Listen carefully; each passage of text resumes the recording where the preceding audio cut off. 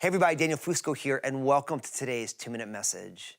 So a simple question on how we should live our life. The Bible gives us this idea that is absolutely essential for how we should see our lives and how we should live our lives, and that is the idea of stewardship. Now, in biblical times, a steward was somebody who was entrusted by an owner with resources, and they were responsible to broker those resources on behalf of the person who owned it. Now, what's beautiful about this, of course, is in God's economy, God owns everything. God created and sustains everything. And each one of us is called to broker all these different areas of our lives, to steward these areas of our lives for God, because it's really not ours. We're not owners in a sense. We're stewards, and God holds us accountable for the way that we execute, so to speak, our stewardship. Now, there's lots of different things that we steward, not only our finances, we steward our bodies, we steward the earth that we live on, we steward relationships, we steward our jobs. There's all these different areas,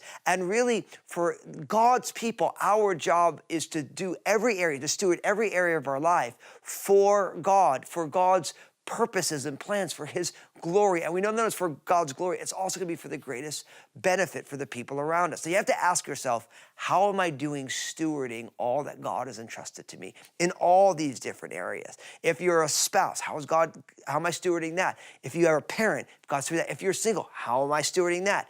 With your education, how am I stewarding that? With your finances, how am I stewarding that? With the way that we care for the earth and our own bodies, how am I stewarding that?